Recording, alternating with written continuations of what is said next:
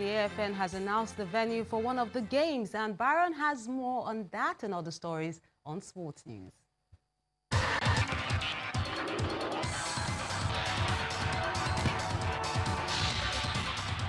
Yes, Melinda, it's actually a football weekend for the Flamingos.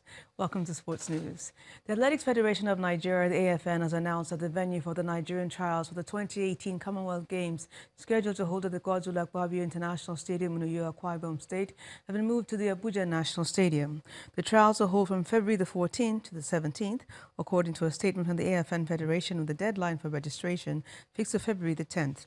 The Commonwealth Games will be held on the Gold Coast, Australia, between April the 4th and 15th. Over 150 athletes across the country are expected to take part in the trials.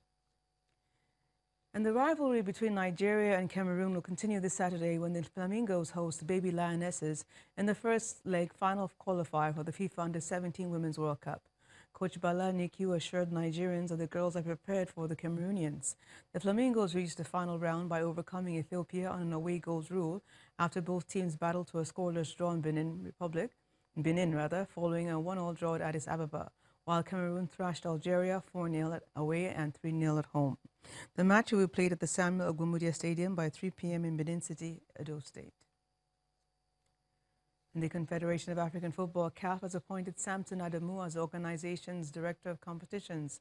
Adamu, who is the founder of the Copa Lagos Beach Soccer Tournament, was confirmed by the organization at its General Assembly today in Casablanca, Morocco.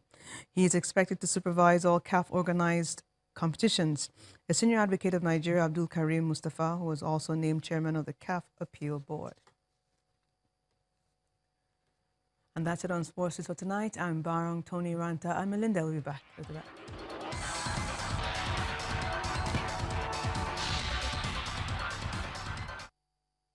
Many thanks, Baron.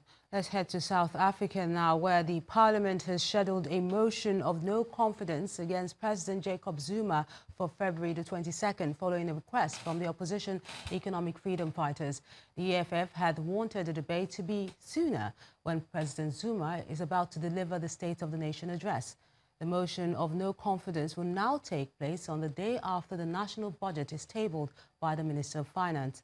Mr. Zuma has survived several no-confidence votes during his scandal-plagued presidency, but calls for him to step down have grown even louder since he was replaced as the leader of the ruling African National Congress Party in December.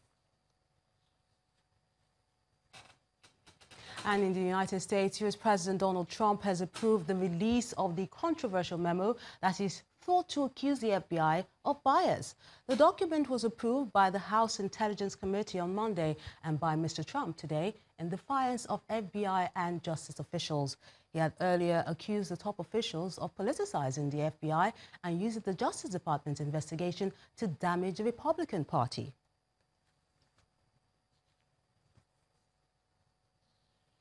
And now for some entertainment news. AFRIMA Awards-winning singer and songwriter Simi explains her biggest challenge. Oge has more on entertainment news. Hello and welcome to Entertainment News on Channels Television. I'm Oge Chikosi, and here are your trending entertainment stories. Now, extreme music songstress Simi, who is renowned not just as a singer alone, but also as a songwriter, has revealed some of the inner battles she has to fight while writing songs for other artists.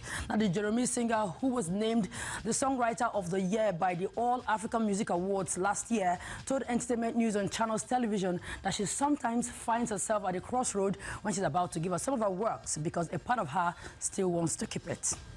Well, I'm an artist, so I'm priority. Do you understand? At times I write something and I feel like it's something that I connect to very well, that it means a lot to me. And if I feel that way, I probably will hold it back from my own, because I'm an artist, so I look out for Simi.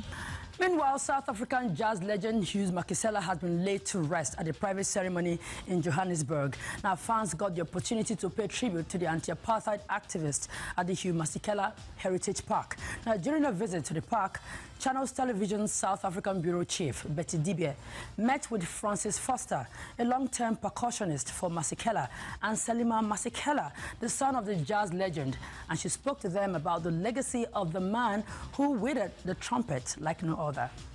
The man was a master of his craft, and I think he was a legend. And he was a legend when he was alive. Although he would be the first one to tell you, don't call me a legend. The entirety of my 46-year relationship with him is magical memories that have... You can catch details of these and many more on channelstv.com. And that's it on Entertainment News. It's back to the main news. And the main news again.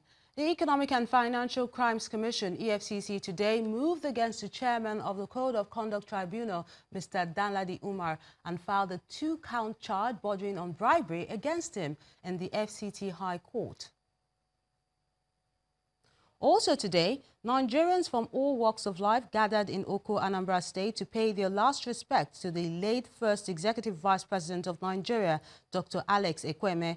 The event marked the end of the funeral rites for the elder statesman and was attended by eminent personalities, including Nigeria's Vice President, Professor Yemi Osinbajo, who announced the renaming of a federal university in Ebonyi State as the Alex Ekweme Federal University. And that's the news at 10 tonight. Thank you so much for watching. I'm Melinda Akinwami.